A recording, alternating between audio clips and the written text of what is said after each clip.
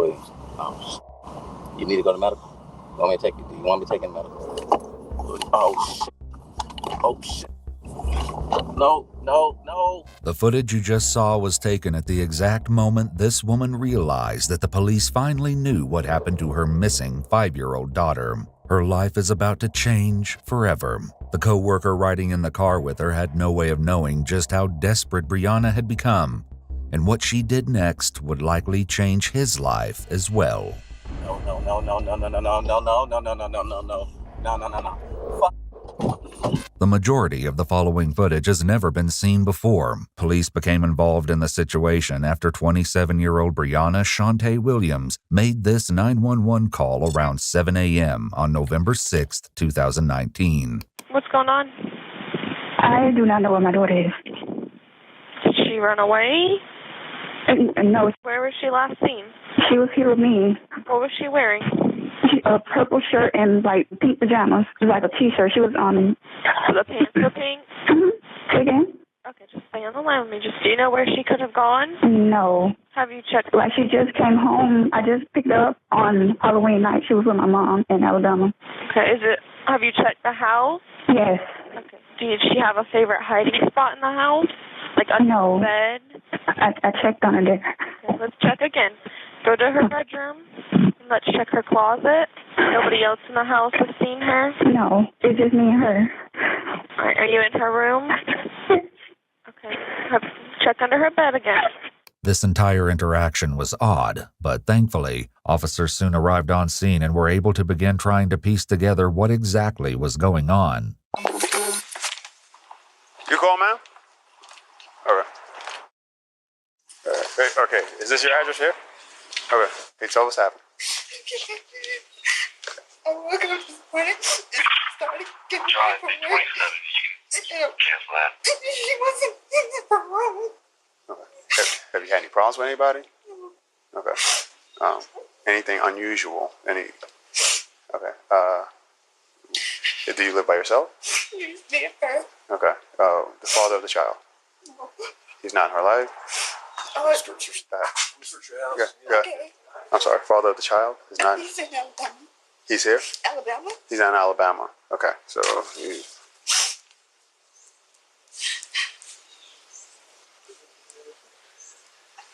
any problems with anyone else as far as any custody dispute between you and him? No? Okay. All right. Has she done this before as far as anything like try to leave or get out or mess with locks or anything like that? Okay. Show me which door was locked real quick. Or unlocked. Was it the back door? Okay. Did you say move in or? Yes. Okay. When did you move in? Like, I started moving stuff. Well, I signed a lease back in June, but the place kept getting broken. 693. So I didn't want to move here, but the guy was like leaving it vacant. He was putting in at risk. Okay, when did you actually move in? In June? Or? No, like a week ago, a few days ago. Okay. Today's Wednesday. Okay. Okay. Did you move in, let's say, over the weekend? Yeah. All right.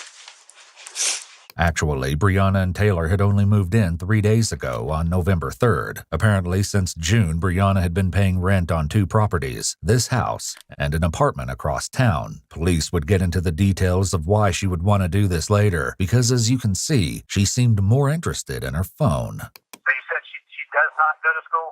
She does not go to school. And we last saw her at midnight? When she put her to bed. Who normally takes care of her when you're not available? Well, I'm not. She's with my mom. Where's your mom at? In Alabama. Well, I'm just saying, because she's not in school, like daycare-wise. Where she go? Or... Oh, she was with my mom. I just picked her up on Halloween. Okay. Halloween was actually a week ago, so she didn't exactly just pick her up. Grandma. What's Dad's name? Marius Tate.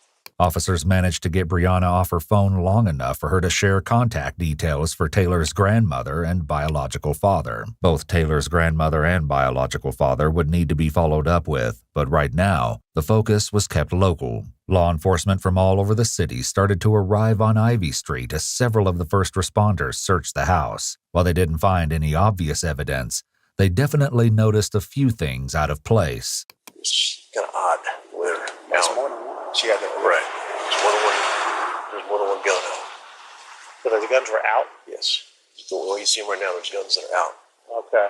There's a shotgun out, there's a pistol out, and then there's an empty holster on the kitchen area. Taylor's bed, a pair of slippers, and an open box of crackers were found in one of the bedrooms. Her jacket and backpack were in the kitchen, next to a pack of unopened air fresheners. Besides this, though, there was nothing. No toys, no drawings, no family photos. The police likely had to wonder if this was just a reflection of the recent move, or possibly something more sinister. When looking closely at Taylor's bed, police noticed a reddish-brown substance on the side of the plastic headboard. A similar stain was found on the bedroom door. Fearing it could be blood, they did a quick field test called hemodent, which tests for the presence of mammal blood. The result was negative, but the officers would keep the stain in mind as the investigation continued. Investigators looked through every inch of the house, but didn't find the little girl. Besides being unlocked, the back door showed no signs of forced entry or other damage. Back outside with Brianna, the officers thought of another place to search. Is this your vehicle? Okay. Can you open it up for me? Does she have a favorite toy or anything like that she normally takes with her? Mr. Bear? Bam. You have a recent picture of it? There were more signs of the little girl in the car than inside the house, including a pink unicorn in the back seat. Something about the car, though, made the officer pause.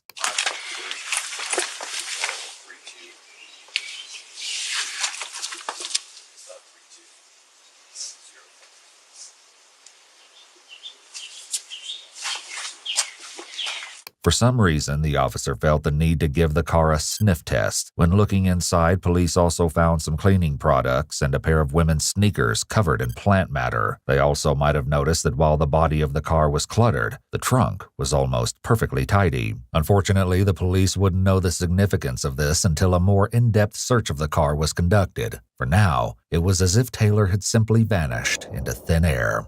All units be on the lookout for Taylor Rose Williams.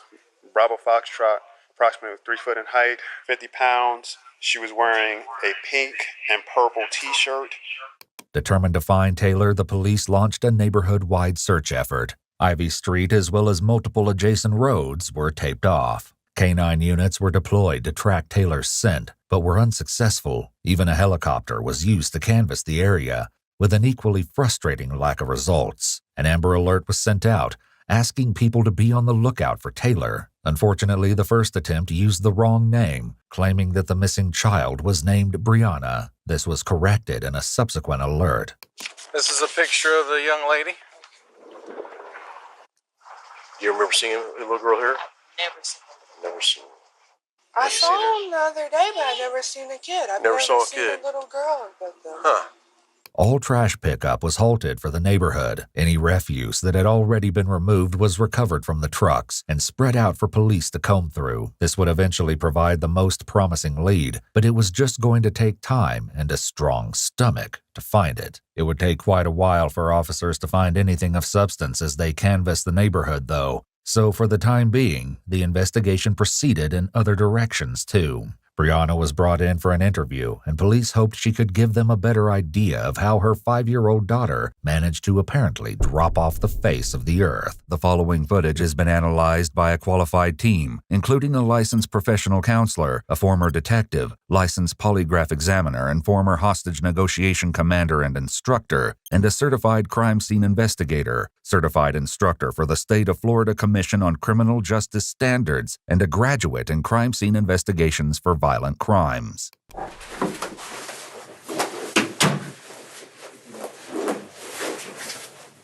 Almost immediately, it looks like she gets comfortable, as if she's ready for a nap. Her daughter has been missing for hours, yet she doesn't appear panicked. Frequently, when a child is missing, a lot of officers' efforts have to go towards calming a parent down. But clearly that wasn't the case here. This was just the beginning of Brianna's strange behavior. After almost 45 minutes, detectives arrived to speak with Brianna, disrupting her apparently peaceful slumber. Hey, Brianna. Back again. You all right? You need anything? Water or anything? You okay? You need to go to the restroom or anything? You good?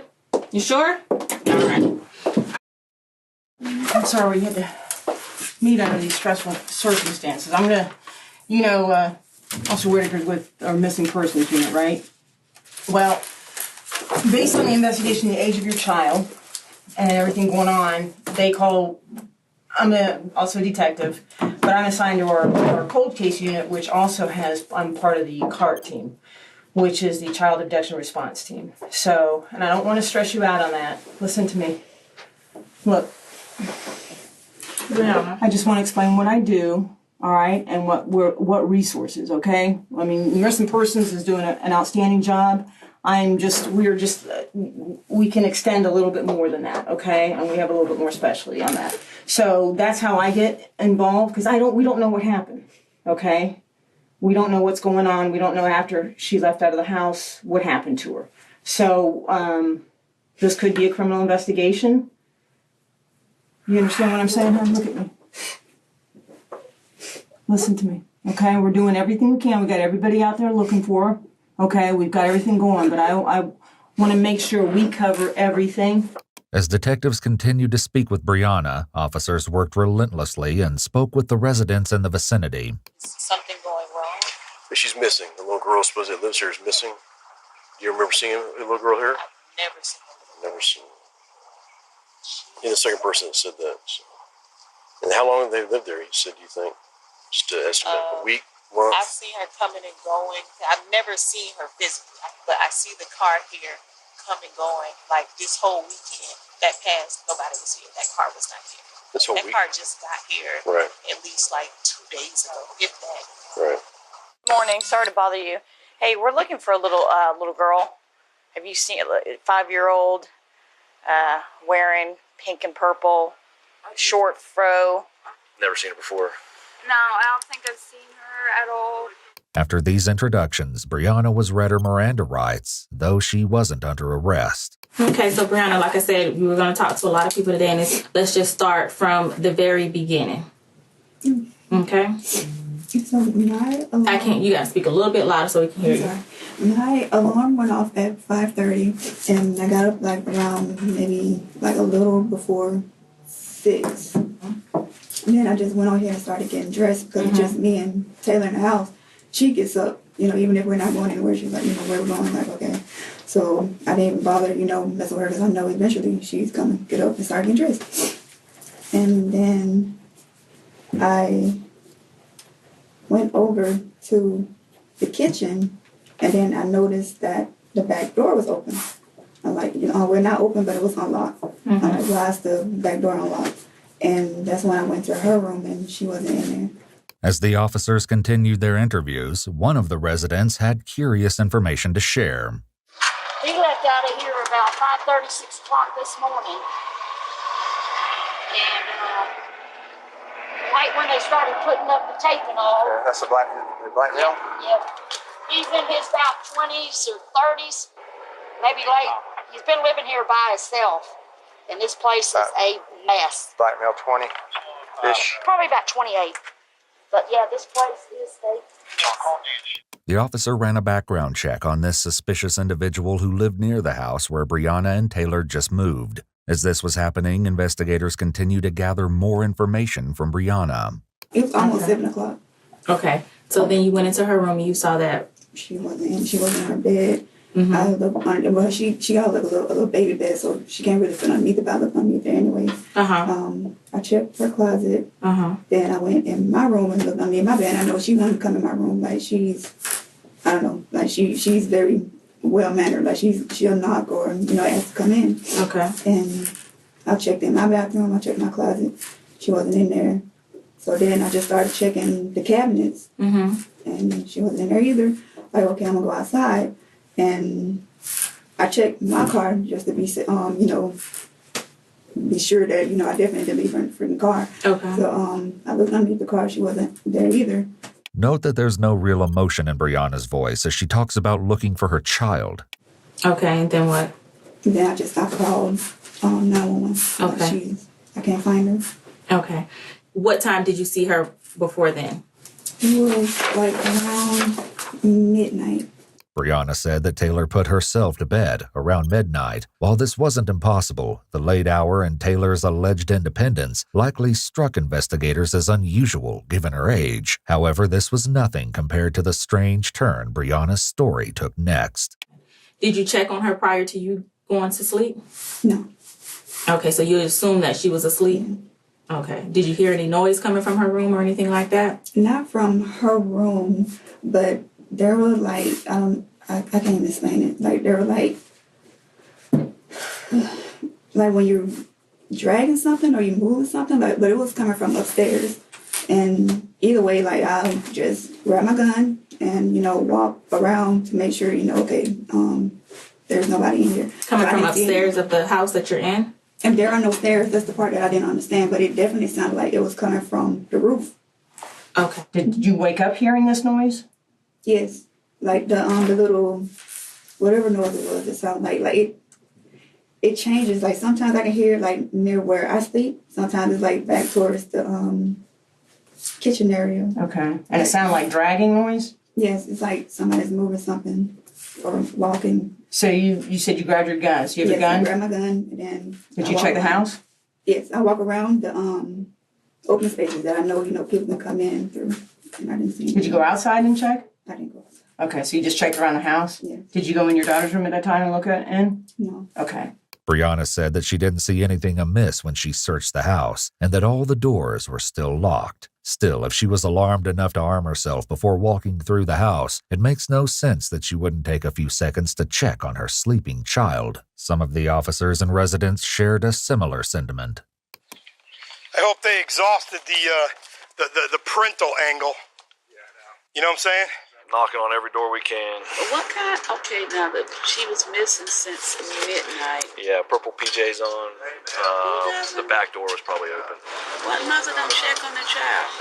My son and grandson stay with us, and my son is 36. As a habit, I go right past the room to make sure he's still breathing. Right. So, if you heard the noise, why did you say you didn't go into her room? Because I had a gun. I didn't want to go up in there again. She got bars on her window, so I just like, you can't get in there. You said you don't like guns around her, but are they laid out like that? So she's not normally. Like when she sleep, then yes, I pull them out because, like I said, like the place been broken into, so I sleep with my guns like right there. Police left the matter alone for the time being and switched to a different topic. Once again, though, the conversation didn't go as they were likely expecting. What do you think happened this morning?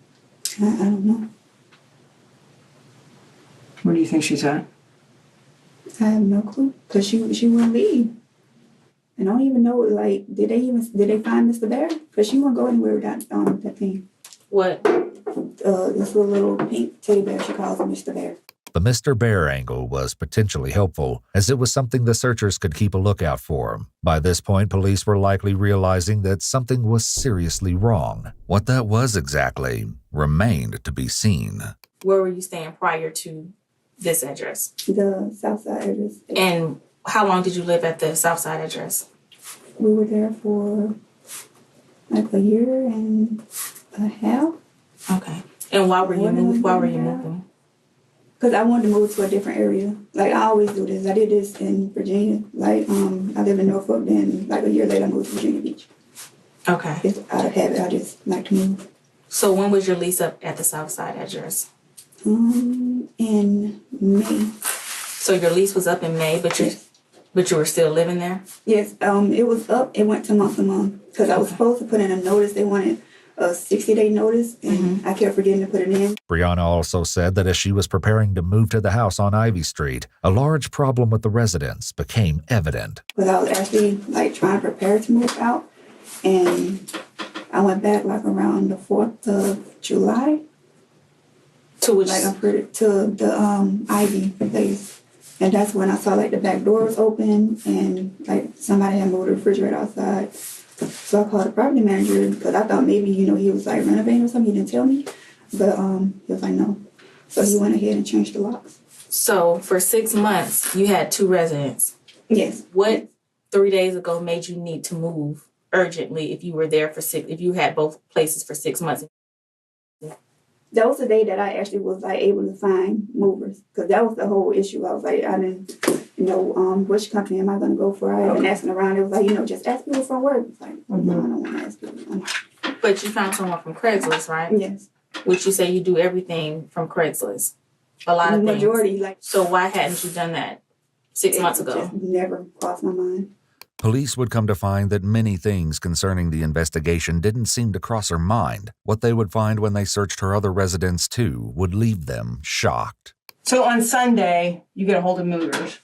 Yes. Okay. Did they take everything? Just the big things. Why didn't you, if you were paying them, why didn't they take everything? Oh, because it was last minute.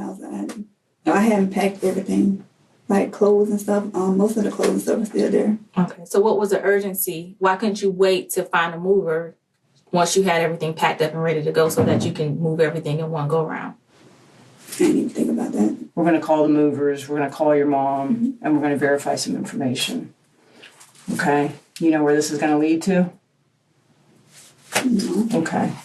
So the movers, it was pretty abrupt. You needed to be out of that house that day, Sunday, according to the conversation that one of my partners had with the detective, with the movers. Mm-hmm. Okay. What was detective, what was the urgency?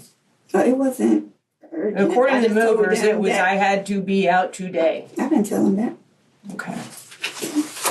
All right. Nothing Brianna is saying is making sense, and it's hard to believe she would think the detective would believe her, but they don't confront her yet. Anybody take care of the 5-year-old, of your daughter? Here, no. Well, she was going to the CDC on base.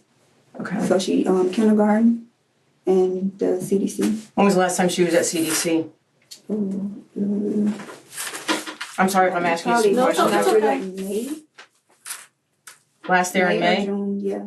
When police checked with the daycare on base, the administration office told them that Taylor had last been there on April 27th and was officially withdrawn shortly after. They also shared that Taylor had previously been in speech therapy. When police checked in with the therapist's office, they likely noticed a concerning pattern. Taylor had attended regularly for 13 weeks, but then never came back. After 2 no-show appointments, she was discharged from the system at the beginning of May. And I understand she was in Tuscaloosa? Yeah, she was with my mom. Okay. Your mom, who's your mom? Carissa. Carissa. And how long was she in Tuscaloosa? When did she go there? That was off and on. She's been there pretty much all summer, actually. So you went down there to pick her up and brought her back here for one day? Over the weekend. Because it's only 7-8 hour drive. Like, I used to drive from Virginia to Alabama over a weekend, and that's 17 hours. So. Okay. So you bring her back on the 31st. How long was that visit? That one was since the beginning of October. So the full month she stayed in October with your mom, Carissa. And prior to you dropping her down there October 1st, or the first part of October, when was the last time she was there before then? Like the first week of September, she was here. Mm-hmm. I think whenever the storm hit. Would your mom be able to tell us what days when she last saw your daughter? So I think we have her number, right? Yeah. So if we call her, she's going to say that she saw her in the month of August. Yeah. Okay. Brianna had no way to know that the police had already spoken with her mother, and they would confront her with what Carissa told them soon enough. Okay, so when she was here with you, during the weeks or weekends and you had to work, who was watching her? Oh, no, like when she was here, like those days that I'm off. So no one is watching her besides me. So since you've gotten back on the 31st, you have not been to work? No, okay. I'm still on leave. Well, I'm on leave until this morning. How long have you been on leave? It's been since October the 29th or the 30th. The 28th? I'm not sure. You would take her to your mom every time? Yes, or I just leave her there. That's why. I was like, I couldn't, the back and forth, and I didn't want anybody else watching her. Like, I don't know people here like that. But you were going to take her to the lady you met on Craigslist today to watch her. Okay. When searching Brianna's phone, police had come across communications between her and the woman she'd found on Craigslist to watch Taylor. When police followed up with the woman, she told them that Brianna had texted her this morning to say her services wouldn't be needed after all. This was only one of the many discrepancies police would find in Brianna's story. You said your hours changed, so did you change positions or your job title or what? No, just the hours. What is the norm? What is it supposed to be? Oh, I don't know the rotation. You don't know your rotation at work? Not the duty hour rotation. So you don't know. You couldn't tell me right now when you were going to be on call next? If I had my planner, I could, but not no. My planner on my phone. Put them in there. So how? I think Friday would be the next time I had duty because I was on leave. So. Standing duty was part of Brianna's job as enlisted Navy personnel. This tended to be a 12-hour shift, once or twice a week. The fact that Brianna didn't know her duty schedule, especially since she claimed she would have had to arrange childcare whenever she was scheduled, was odd. However, this paled in comparison to what police were about to reveal. They called your mom. Mm-hmm. She hasn't seen your daughter since January. Yeah, she has. Okay, why would she say that? October. Why would she say that? This is Carissa. This is your mom. That's my mom. Why would she say that? She would not say that. In a subsequent interview, Carissa Williams repeated what she'd told investigators that day on the phone. The implications were spine-chilling. Please note that the police department made redactions to remove Taylor's name from the recording. So you hadn't heard from her in 2 years, hadn't talked to her? Prior up to that, yes. So out of the blue, in 2 years, she called you in? No, it didn't go quite like that. Well, tell me how it went. Yeah, I couldn't bring it in my personal business. It's hard to imagine anything more personal than a missing grandchild, but Carissa still seemed reluctant to go into detail about what she knew. I want you to understand the severity of what we're doing. I know. Okay. Yeah. And with me wanting you to understand the severity of what's going on is I don't care about anybody's personal life. We are going to find and whatever happens, whatever gets in the way between us finding we're going to deal with it. Mm-hmm. That's not a threat. That's a promise. Have you had any conversations with her about telling her commanding officer anything as far as you, if he calls you, that she was coming to get? That's the part that I didn't hit. That she did. This was just last week. Tell me about that. Now, she did call whatever day that I want to say it was Halloween. I want to say it was actually the day of Halloween. So last Thursday, 31st. Yes. She told me that if he called to tell him that she was down to pick me up from me for Halloween. Mind you, I haven't seen it in 2 years. So I'm thinking like, well, okay, she just met this new guy. Maybe she, took a little time out to go meet him or whatever. And she just used that lie to get away. But I couldn't tell you. She said, so I'm like, where is, matter of fact, I asked her that day. I said, well, what's doing? She said, oh, she in the back seat. So I'm like, okay. But she never did put the phone and say, hey, I never did say anything. Police followed up with the man Carissa alleged Brianna had recently started seeing, particularly since Brianna hadn't mentioned him and in fact insisted that she didn't have a boyfriend. However, he didn't have much information to share. He was only vaguely aware that Brianna had a daughter and assumed that the little girl had been staying with her father when he and Brianna were together. When police checked with Taylor's father, Maurice, he hadn't seen the little girl lately either. All he could tell them was that the last time he did see her, at the funeral for Brianna's grandmother, he didn't think she was being fed enough, as she was very small. He added that he had a difficult time checking up on Taylor after that, though, as Brianna changed her phone number frequently. Maurice provided investigators with a DNA sample and said he was willing to assist in any way that he could. Back with Brianna's mother, Carissa told police that she'd previously watched Taylor for extended periods of time, but that ended when Brianna enrolled her in daycare on the naval base. The last time she'd seen the little girl in person was also at the funeral for Brianna's grandmother.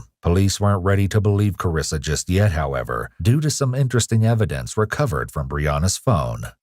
I can tell you it's pinging at a tower in the vicinity of this area that it's pinging off of.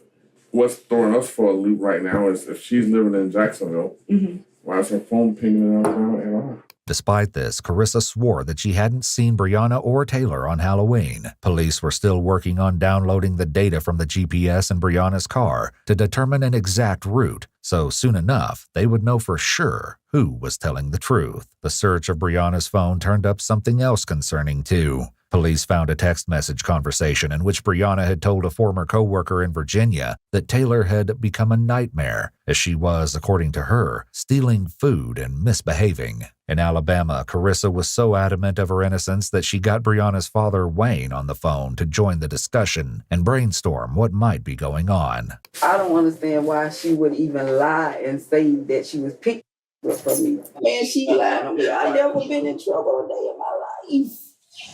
She is lying. She's trying to cover up something. Not sure what it is. She is lying. But you have no idea what she's trying to cover up, though. I have no idea what she's trying to cover up. That's the one thing I don't know. Someone was lying, but whether it was Brianna or Carissa was yet to be determined, as was the exact reason of why. Investigators would follow up on the Alabama lead, but as promised, also caught up with the movers Brianna had hired on Craigslist. They had nothing reassuring to say either. They never saw your daughter. They never saw you put her in the car. They never saw her at the other house. They never saw her. Why is that? I didn't want them to see her. Why not? Because I don't know them like that. Well, I mean, you're not introducing me to her, but how did you, Yeah. leave her at the house on Southside and then go to Ivy without her? No. They never saw her. They never saw you put her in the car. So what happened? Nothing happened. Well, where was your daughter? She was with me. She's always She with wasn't me. with you. Yeah, she was. The two movers are saying that they never saw.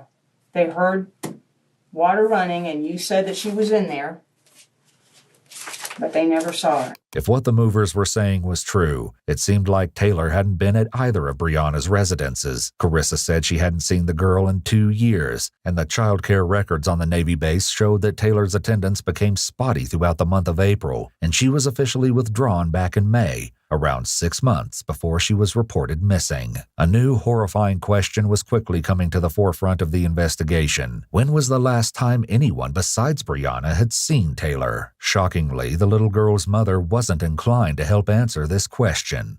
I'm done with this. I don't want to talk about it. Yes, I am done because you're lying to me now. So how am I lying to you? I'm not lying to you. You just said that my mom. I literally picked my mom. I mean, not my mom. I'm just telling you what my partner said, and I'd like to explain to you, but I don't know where to get that from because I literally went down there. Do you want to talk Halloween night? Do you want to talk to the detectives I spoke with her and then get that? Find out what the information they gave? I'm done with this because I don't know where this is going, but no. Like, it's the second time this has happened. Like, some other lady was, like, saying stuff that I didn't even say. Like, she was twisting my words. Like, no.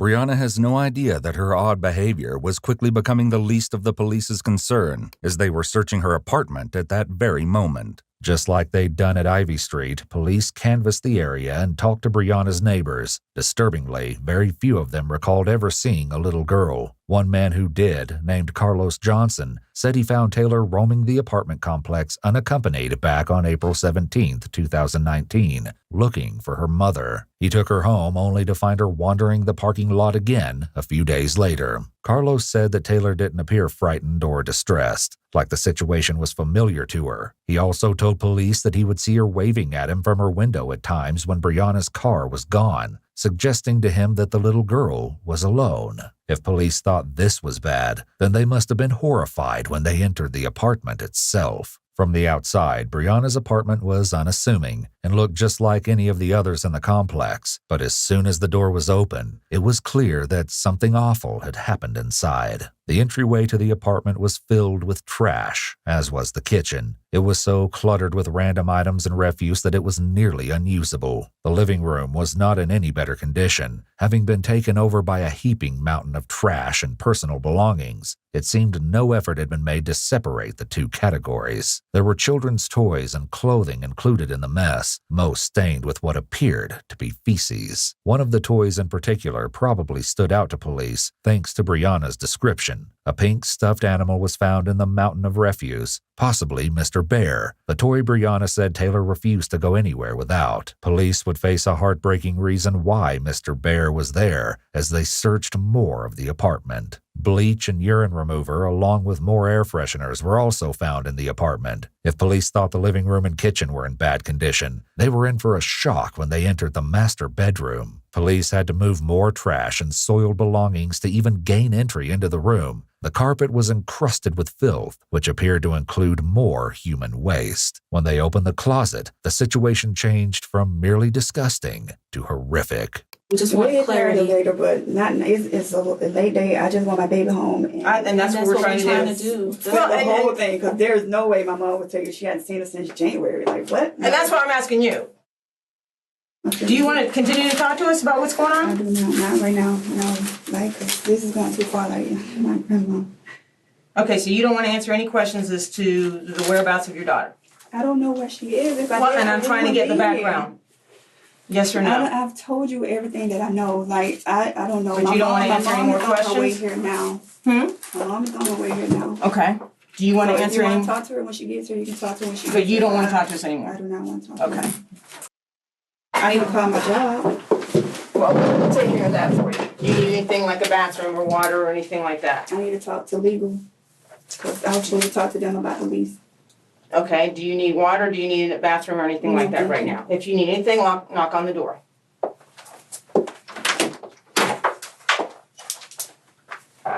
The detectives would revisit Brianna in a bit, but went to check in on other aspects of the investigation. By this time, it was no longer just the Jacksonville police involved in the search.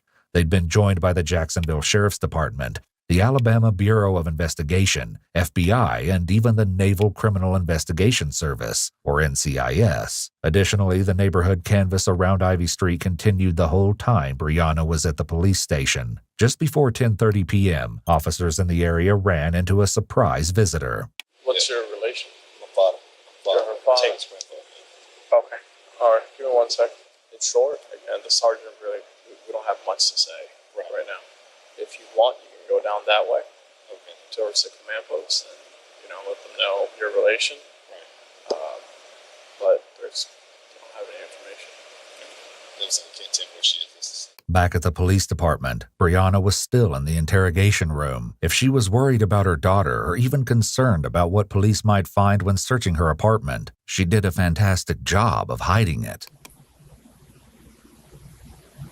She was left waiting but found a few ways to help pass the time, including fixing her nails, redoing her hair, and going to sleep. 4 more hours went by, during which Brianna again attempted to get some sleep in the interrogation room.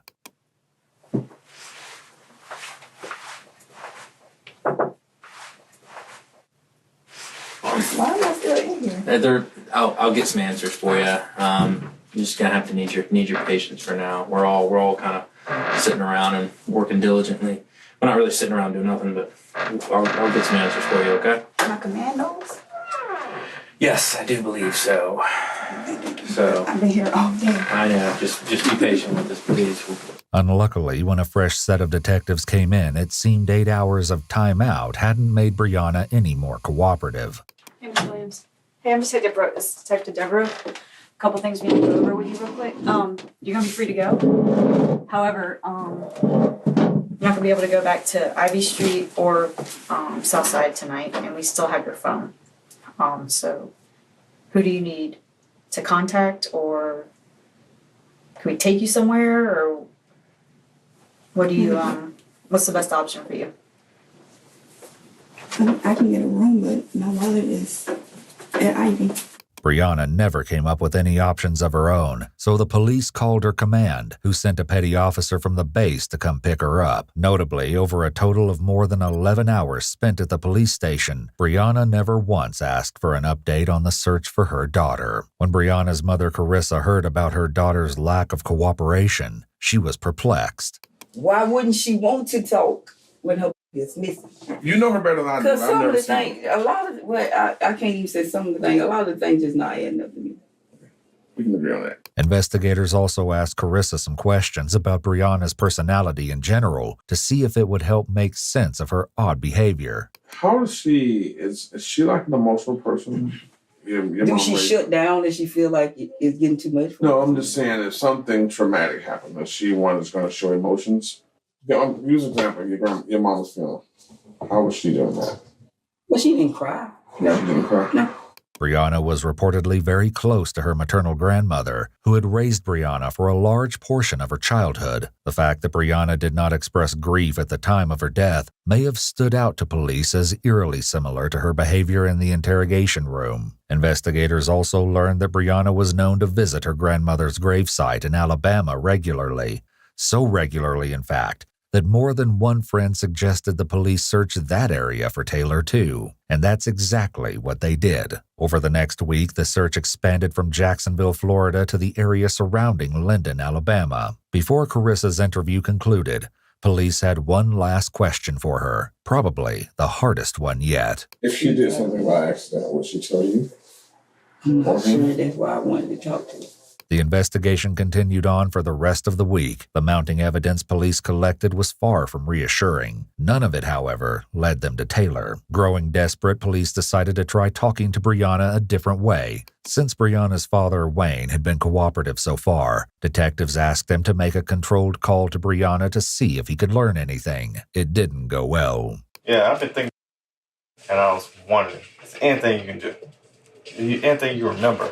That anybody look wrong or anything? You know somebody that might have? Everything I know. They know everything with your phone? I mean, even other than that, but they know everything I know. Okay. What's in your phone? Sometimes, like, what would help us? I don't have anything extra. Like, They literally have everything. like what we need to find. So I'm saying, if you tell me that, I can call them. See what I'm saying? I still got to check the number down, check the K number. I can call him and tell him what to look for in your phone. But how am I supposed to know what to look for on my phone? Yeah, but I thought. Hey, I don't want to talk about this right now. I'm trying to go to sleep. Like, I don't know what else to tell y'all. Y'all keep calling me and asking me the same questions over and over again. Like, trust me. Brianna's annoyance raises a host of red flags. What she did next, though, stood out the most. You said everything's in your phone, but what else can it do to find? Look, I don't know. Yeah, but she hung up on me. I can't believe she hung up on me. Police had better luck when they recruited two of Brianna's closest friends, Chelsea and Dorielle, to also try and make a controlled call. Hey. How you doing? Okay. You just been resting today? Yeah, I'm going to well. Go by the water. Chief said anything to you today? No. He called and asked if I needed something from the commissary, but that was it. You ain't talked to your dad or nobody today? No. Yeah? No. Did he go back? Yeah. Is your mama gonna come down there? I have no clue. You're so quiet. You miss us already? No. You don't miss us? That messed up, bro. Just because you mad. Lord, I'm gonna touch it down now. Anything been on your mind today? You had anything on your mind today? No. With Taylor's disappearance so fresh in everyone's minds, there had to be a reason that the case wasn't weighing on Brianna. As was becoming typical, she didn't seem inclined to share what that reason was. Like, ain't no, like, coverage on Taylor no more. Like, everything that kind of, like, died down. Like, we, like, super kind of nervous that they just count them in the, like people didn't forgot. Like, basically, they just, like, they moving on in the world. And what? They just gonna forget her? We need you to say something because, like, that's the only thing I feel like that'll bring, like, some light back to her story. Some. Well, we really just want to know just what's going on. We still, like, you know, we're going to be there for you. And we want to be there, so we want to know what's going on for that closure.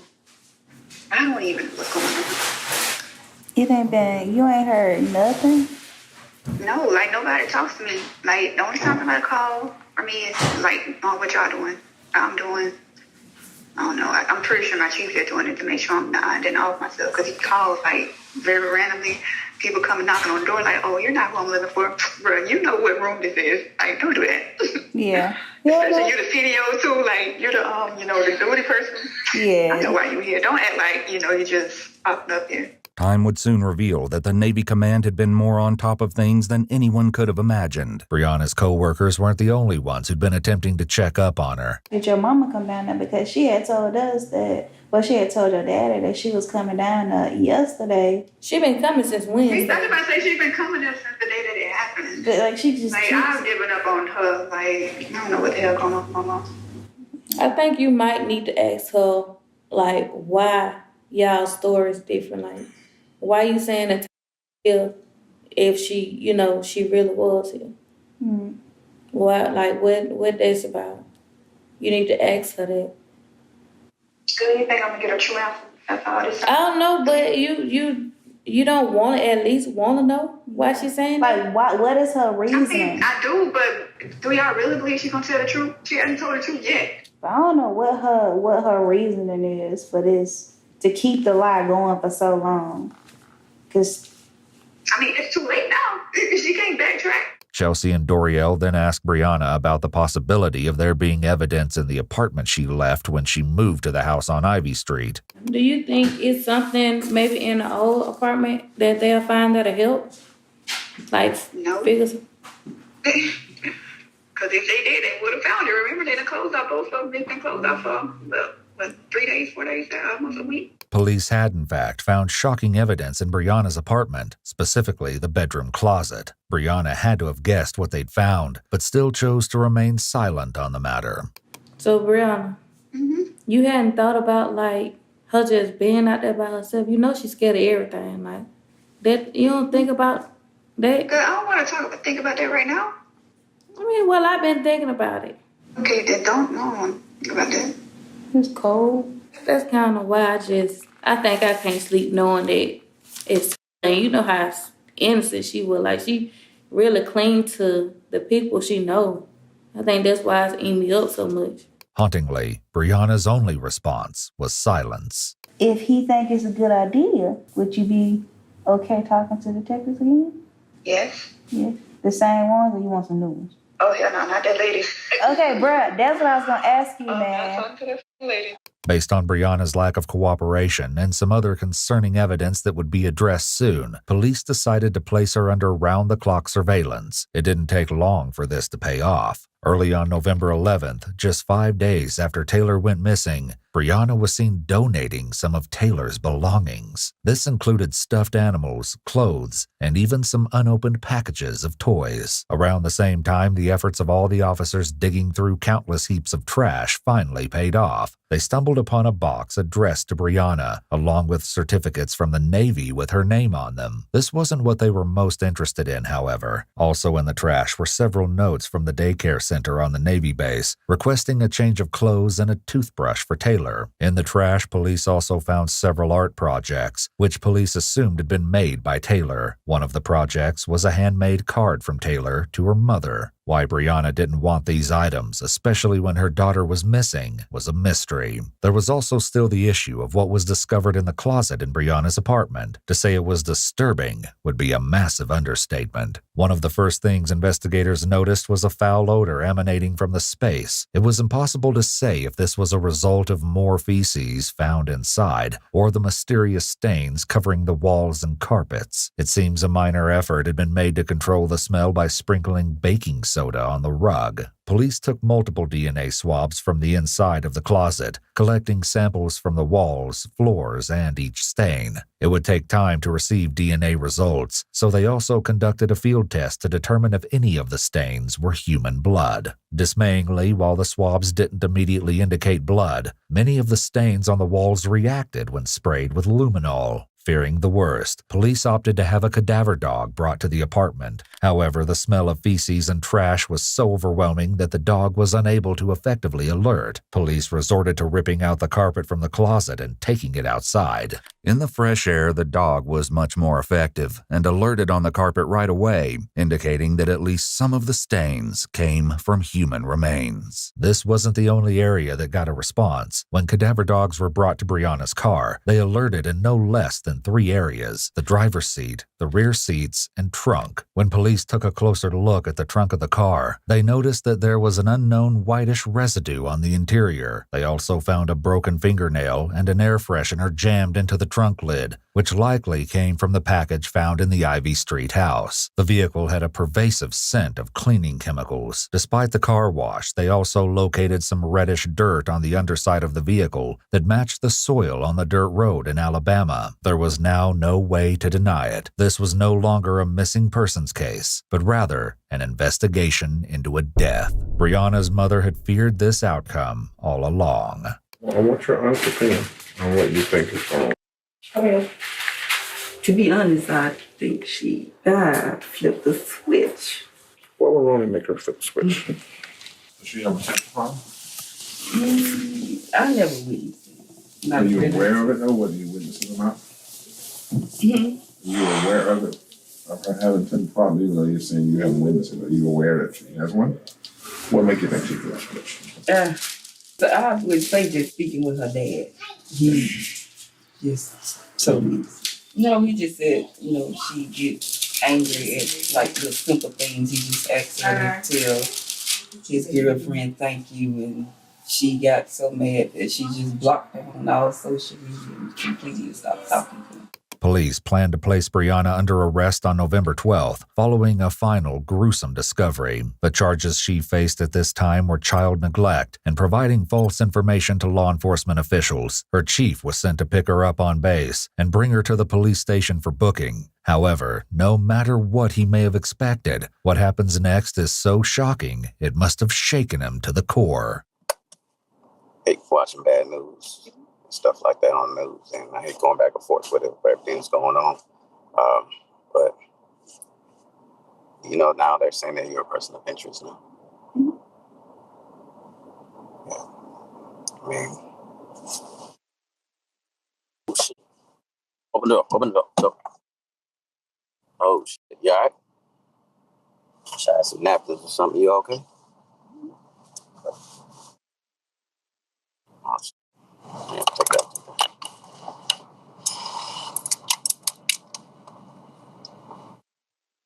Oh shit! I don't know why they were saying that.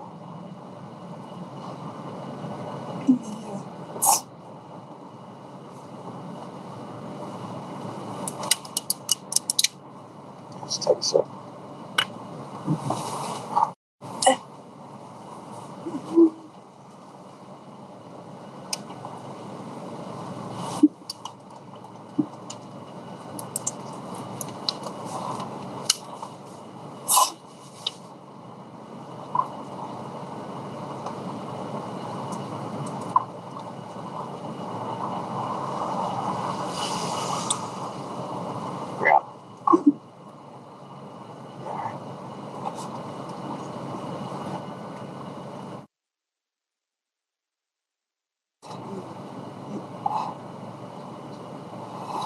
It was quickly becoming obvious that something was wrong with Brianna, but the chief could not have possibly predicted how dire the situation was about to become. I don't know why.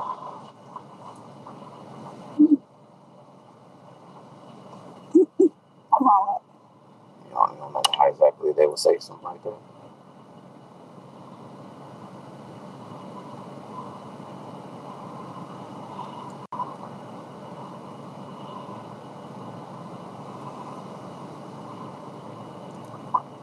You need to go back to your room and lay down and everything.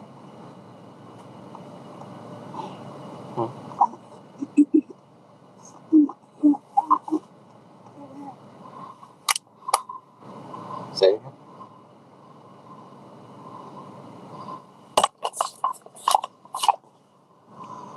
Hey, you gotta say something. Say something.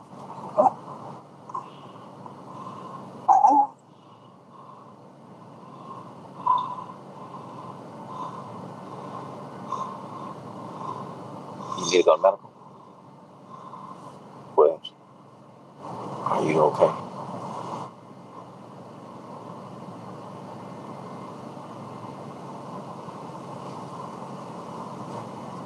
Williams, you need to go to medical? Do you want me to take you to medical?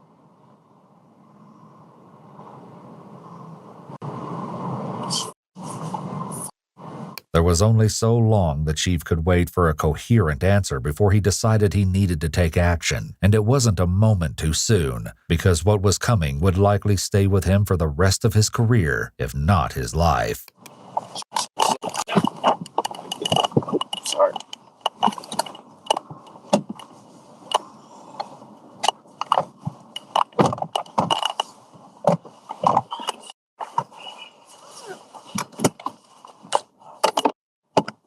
Take it to the ER. All right.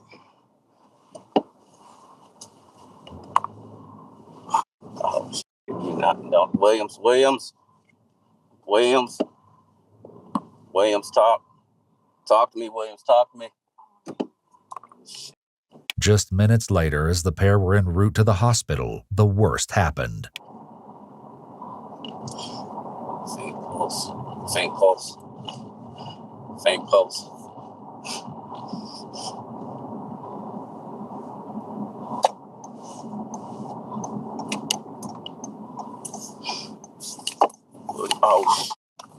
Oh, shit. No. Oh, my God. Oh, my God. Shit.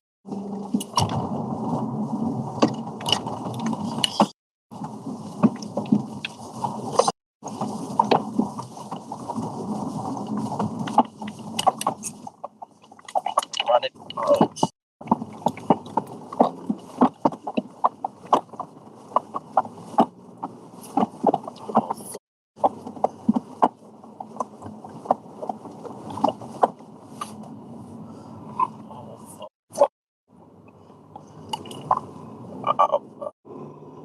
No, you're not gonna go. No. Fuck.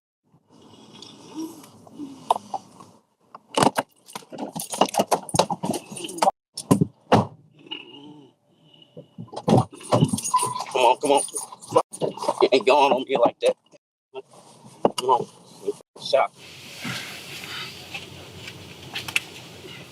The chief arrived at the Navy base emergency room just moments after Brianna's massive seizure, and she was still deemed to be in critical condition. There was only so much the doctors could do without knowing what was wrong with her. Brianna slipped into a coma and was placed on life support. Her condition was determined to be unstable. While Brianna's fate was up in the air, elsewhere other questions pertaining to the investigation were finally being answered. Police finished downloading the GPS data from Brianna's car. It confirmed what they suspected based on her phone records, showing that she had made 3 back-and-forth trips to the Linden, Alabama area between October 31st and the very early hours of November 3rd. Police retrieved video of Brianna getting gas along the route she took, though it was impossible to tell if Taylor was in the car with her due to the vehicle's tinted windows. They also found evidence that Brianna had stopped at a car wash on November 4th. Security footage from the business didn't show anyone else in the car with her. Most significantly, the GPS proved that Brianna's mother, Carissa, had been telling the truth. The GPS showed that while Brianna had gotten close to her mother's residence, she had not driven there. It also showed that on her final trip to Alabama, she'd spent almost 20 minutes on an out-of-the-way dirt road and wasn't far from the cemetery where Brianna's grandmother was buried. Obviously, police wanted to know why and assembled a search team consisting of police, medical professionals, and dogs to go and search just outside Linden, Alabama for themselves. The area was divided into quadrants to be excavated and sifted through. While a cadaver dog searched the area, it didn't take long for the investigators to uncover some tragic results. Partially buried in a shallow grave, police found a trash bag wrapped in a shower curtain containing a children's t-shirt covered in decomposition stains. But it was about to get worse. Just yards away, the first bones and bone fragments were found. Most of the skull was found a short distance away, along with a clump of human hair that might have been Taylor's. The remains had been scattered and seriously damaged by animal activity. As a result, police were only able to recover a small portion portion of what they suspected to be Taylor's body. However, they would have to wait on DNA testing to prove it, since the remains were almost completely skeletal. Police were pretty sure about how the body came to be in Alabama, but the only person who could confirm their theory was Brianna, and she remained in critical condition. A search of Brianna's quarters on the Navy base led investigators to believe that Brianna had ingested laundry detergent. Once they knew what they were treating her for, doctors were able to more effectively intervene and saved Brianna's life. Once she was discharged from the hospital, she was brought back to the police station and given one more chance to tell her side of the story. Just have a seat for it right here. Do you drink coffee or anything? You want coffee? Soda, water? Nothing? Okay.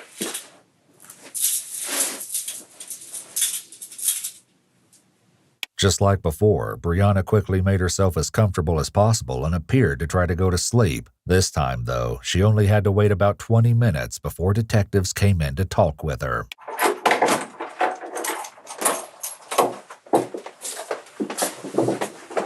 Brianna? Good morning.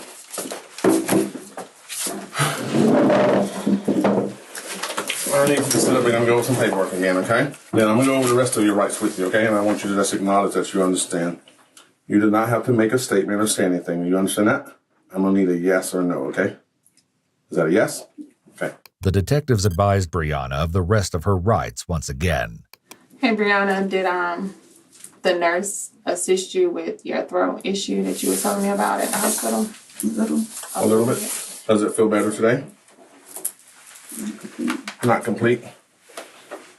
Are you normally just quiet all the time, just real low key, don't do a lot of talking? I am too. I'm kind of shy. Can you tell? Can you tell? First, we need to have a good conversation, so I'm gonna need you to sit up from that thing over there and stop leaning on that wall and talk to me, okay? Look at me when I'm talking. We've had an investigation going on for a while. Our investigation has led us to some things in Alabama, okay? And what we need to do today with you is we need to talk about what's going on out there. Now, where in Alabama are you from?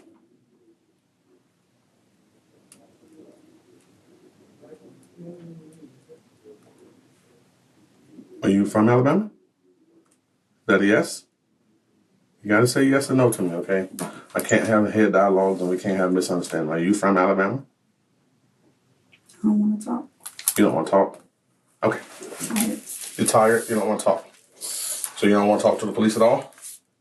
Okay.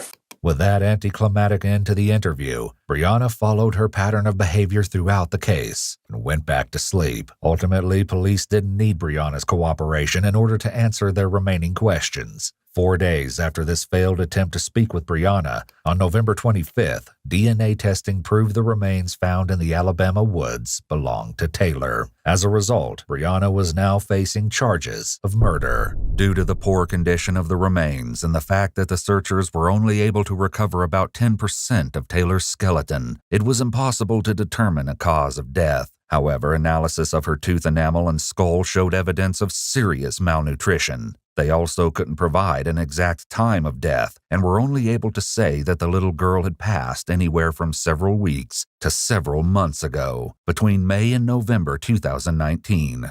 Given that the rate of decomposition is dependent on the size of the human and environmental factors, decomposition can start as early as 24 hours after death or as late as 72 hours after death. In conditions where the body isn't exposed to the sun and is in a climate-controlled environment, it would take at least 4 weeks for the body to begin to skeletonize. In this particular case, Taylor was a small, malnourished child and covered with a plastic shower curtain. This would slow down the rate of decomposition by locking in moisture and protecting the remains from bugs and direct sunlight. The issue of knowing the rate of decomposition in this case is the variable of animal activity, which could expose the remains to the elements at different rates. If her remains had no indication of animal activity, were wrapped in plastic and placed in the shallow grave shortly after time of death, it could take over 30 days to begin to see skeletonization. It's a very real possibility that the little girl starved to death, locked in a closet by her mother and left to waste away in filth. The reason for the stains on the closet walls would remain a mystery, though, without a determined cause of death.